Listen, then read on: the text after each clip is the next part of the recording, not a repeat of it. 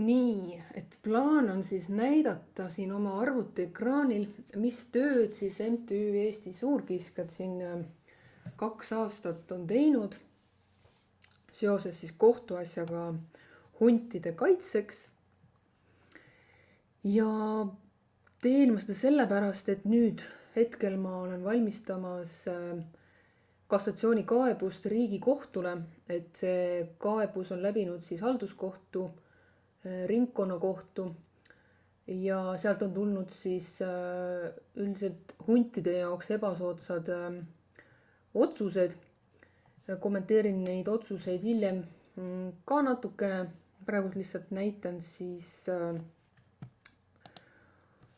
need taustasid, millega ma siis tegelen. Nii, siin on siis kogu see materjal alates siis halduskohtust. Siin on ka suurkiskjate kava materjal näha, millega ma tegelesin. Ka oma aasta tuli kokku, aga sealt suurkiskjate kavasse siis ei võetud MTÜ Eesti Suurkiskjate ettepanekuid arvesse, mis puudutasid siis Eesti suurkiskjate kaitset, et rohkem on see kava täna nagu selliseks põhjenduseks, et me saaksime neid küttida. Aga kava peaks olema rohkem kaitseks, nii nagu Euroopa Liit on ette näinud. Ja sellest võib-olla natuke hiljem uuesti, aga siit lähme edasi, et siin on siis halduskohtu materjal mul. Need on siis, siin on neid jah, ühesõnaga palju, et eks aastatega koguneb seda materjali omajagu.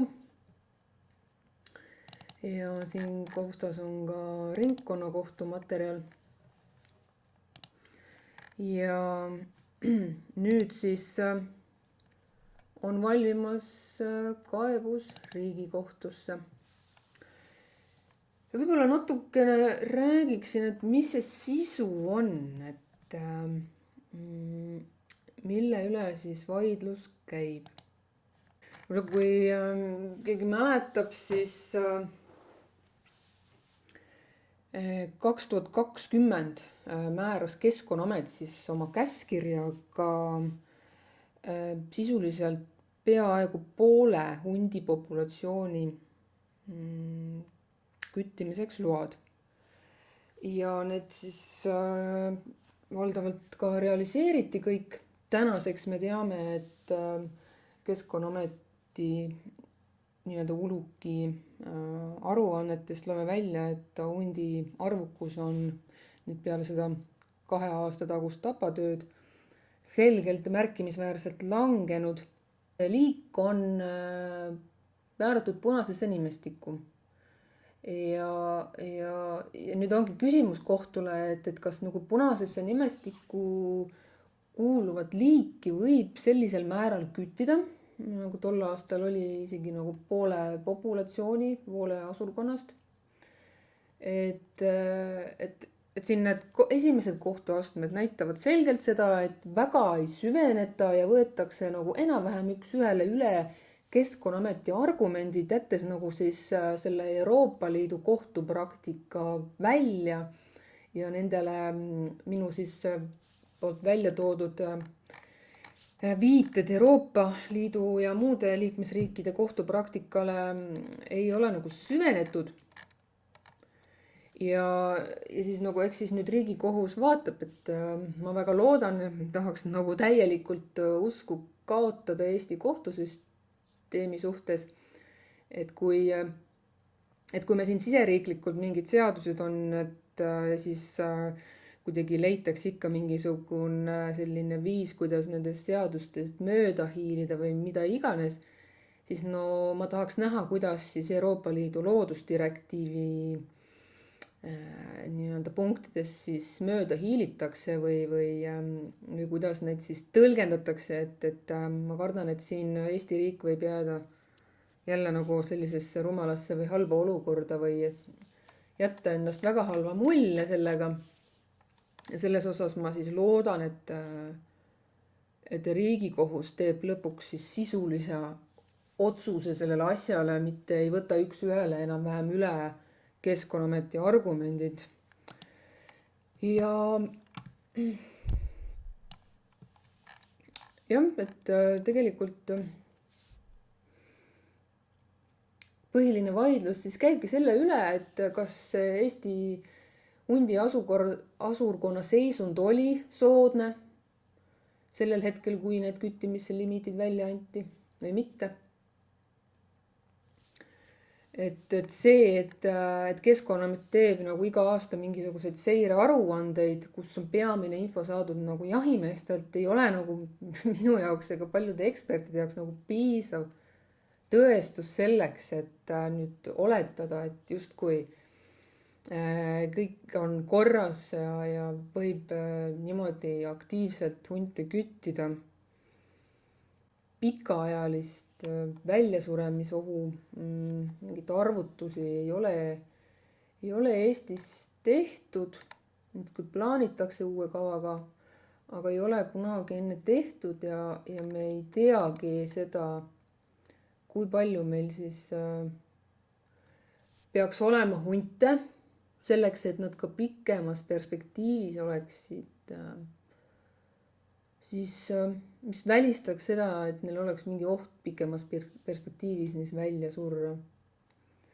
Mis on nagu siis MTÜ Eesti Suurkiskjate peamine argument, millele tugineb, ongi siis Euroopa Liidu loodusdirektiivile ja ka Eesti looduskaitseseadusele. Aga jah, nagu ma juba ütlesin, et need kaks otsust näitavad, et kohtud nagu ei taha nagu väga süveneda ja asja süvitsi vaadata. Et ma ei tea, kas ei saada aru, mis tähendab nagu soodne ja liigisoodne seisund või mis tähendab punasesse nimestikku kuulumine või mis tähendab Euroopa Liidu loodusdirektiiv, elupaigadirektiiv.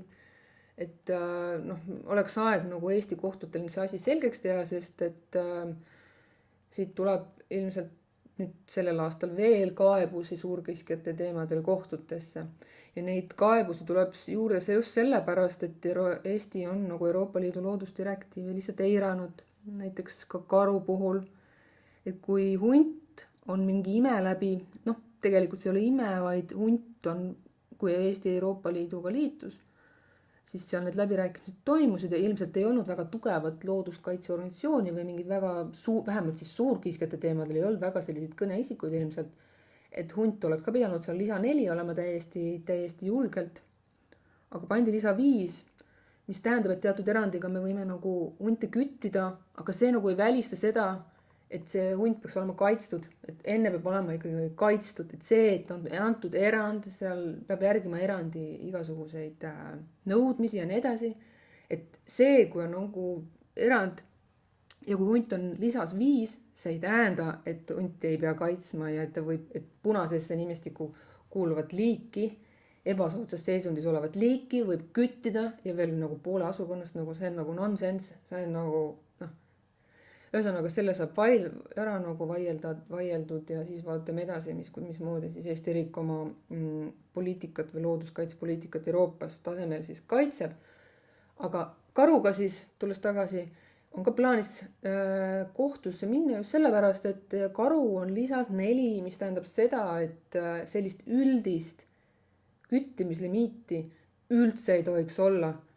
See, mis praegult on nagu siin juba väga kaua aega tehtud, ma ei teagi üldse, kus on nagu looduskaitsed on, miks sellele temaga ei ole tegeletud, nüüd täna on ja nüüd täna tegeletakse. Ja karu ei või samamoodi niimoodi üldiste küttimislubadega küttida, et ainult erandid, ainult iga karu jaoks peab olema eraldi luba ja eraldi põhjendus, miks just see karu maha lastakse, mis on põhjendused, kas enne võeti kasutusele nii ja niisugused meetmed ja nii edasi. Euroopa Liidus on ka olnud kohtulahendid, kus on öeldud, et isegi kui on nuhtlusisendid ja antakse see luba küttida, kas siis peab olema tagatud see, et liigiseisund on soodne ja ta ei satu siis ebasoodsasse seisundisse. Isegi siis, kui me kütime nuhtlusisendeid. Ehk siis praegult on lastud liugu selle pealt, et ei ole keegi süvenenud, ei ole keegi vaadanud ja nii edasi.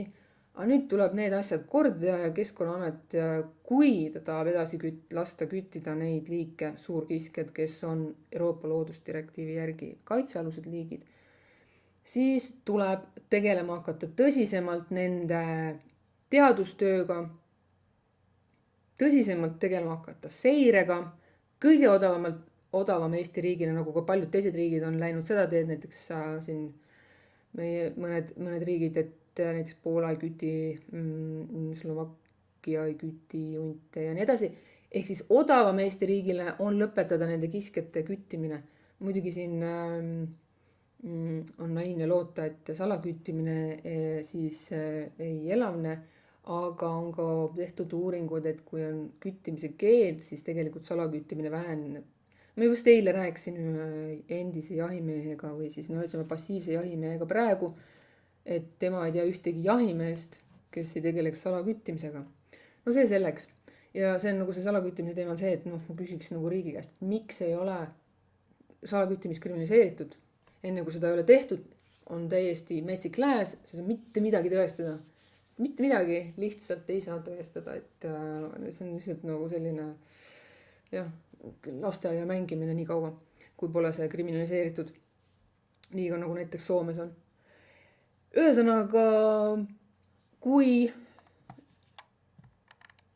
siin teatud huvigrupp tahab tegeleda suurkiskjate küttimisega, peab riik oma kõhu alt jalad välja võtma ja tõsisemalt hakkama tegelema nendega. Aga nagu ma ütlesin, odavam on see küttimine üldse lõpetada. Ja nii nagu nendes riikides, kus see küttimine on lõpetatud, näitab, et ei ole mingisugust olukorda, kus neid tekib liiga palju ja nii edasi, nii edasi. Eriti tänapäeva maailmas, kus nagunii need elupaigad kaovad ja enamus liike on nagu ohustatud seisundis. Aga ja mis ma tahan veel öelda? Ma tänan eriti ühte abilist, kes on mulle aidanud need kaebused teha. Ja edaspidiseks, kui kedagi kõnetab see teema, et siis ja kellelgi on nagu vabasid vahendeid seda teemat rahastada, toetada, siis võib julgelt ühendust võtta, sest et nagu te siin sellest kaustastki näete, et tööd on nagu palju tehtud ja ega kõigil meil on mingisugused piirangud ja kui nüüd see karukaebus ka veel siin tuleb lähiajal, siis jälle tegevust on jällegi rohkem. Et kui keegi väga soovib ja tahab olla kaasatud Eesti suurkiskjate kaitsmisega siin kohtute tasemel, siis julgelt ühendust võtta.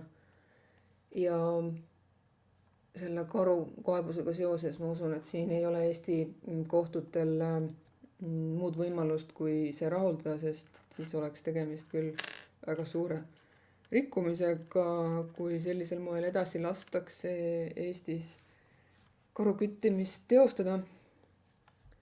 Ja siinkohal ma ütlen seda, et ma üldse ei arva seda, et nüüd kohtutes on ainult võimalik suurkiskjat kaitsta või siis nende heaks midagi teha.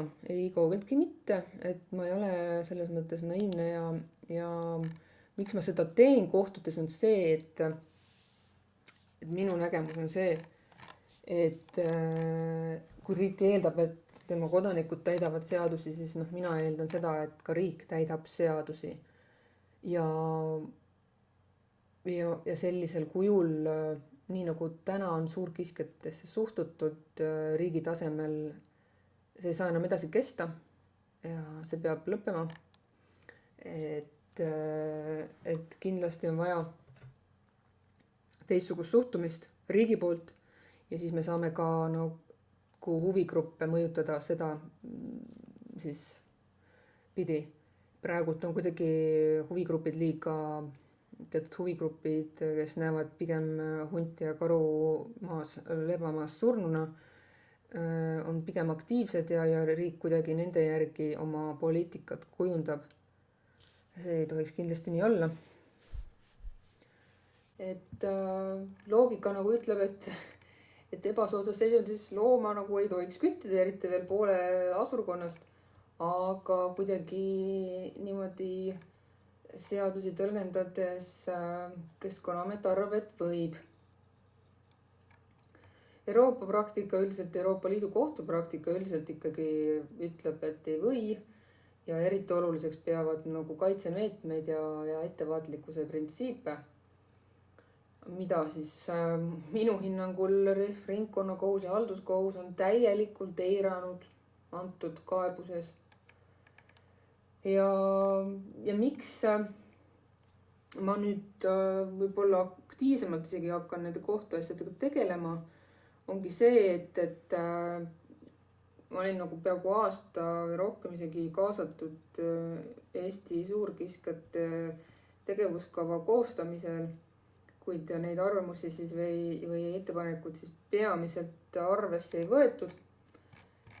Ja siis ma põhimõtteliselt sain aru, et siis tuleb hakata igat üksikut käskkirja, millega siis Keskkonnaamet väljastab nende küttimisload, tuleb hakata kaebama, sest need on ilmselgelt illegaalsed. Ja kuna Eesti kohtutel puudub selline praktika ja siis eks ma saan aru ka sellest, et eks nad ei julge esimeses astmes väga julgeid otsuseid teha. Ja eks näha, kuidas Riigikohus sellesse suhtub, et eks siis vaatab edasi, et on olemas ka veel edaspidi muid võimalusi Euroopa Komisjoni kaevata. Euroopa Komisjon siis ise annab Eesti Riigikohtusse ja nii edasi, nii edasi. Ja tahtsin nagu lisada ka veel selle nüansi siia, et kuna siis halduskohus ei võtnud seda tegevuskava kaebust menetlusse, siis siis seda enam tuleb nüüd kõik käskkirjad ja küttimisload eraldi hakata kohtusse kaebama. Ja lisada tahan veel seda, et ma ei arva üldse, et kogu suurkiskjate kaitsetegevus lõpeb nüüd siin nende kohtute teemadega.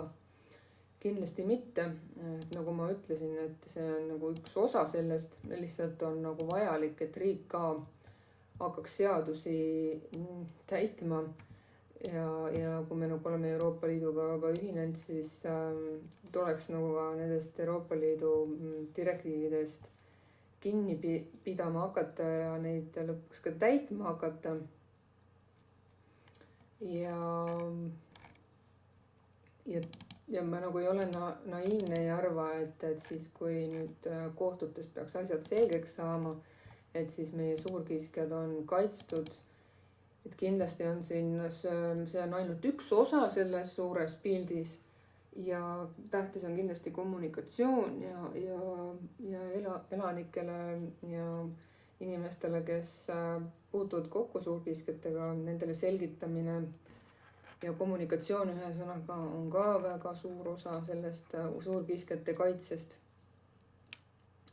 Et kindlasti kohtuotsuseid ja on vaja nagu selleks, et muuta eelkõige riigi suhtumist ja mõtteviisi, et inimesteni võib-olla ei ole jõudnud see arusaam, et tegelikult ei ole meil neid suurkiskjaid väga palju, kuigi üritatakse teatud huvigruppide poolt seda alati näidata. Eriti kui arvestada seda, et me ehitame piiritarasid ja igasuguseid Rail Balticaid, et kiskjatel, suurkiskjatel olukord kindlasti läheb halvemaks ja sellega tuleb tegeleda. Ühesõnaga, need kohtuasjad on olulised, kuid ma ei ütle üldse seda, et need on nagu kõik, mis tuleks teha, et justkui siis nagu lõpeb kogu huntide nii-öelda kaitsetegevus. Et seal on palju muid nüansse, millega tuleb tegeleda ka.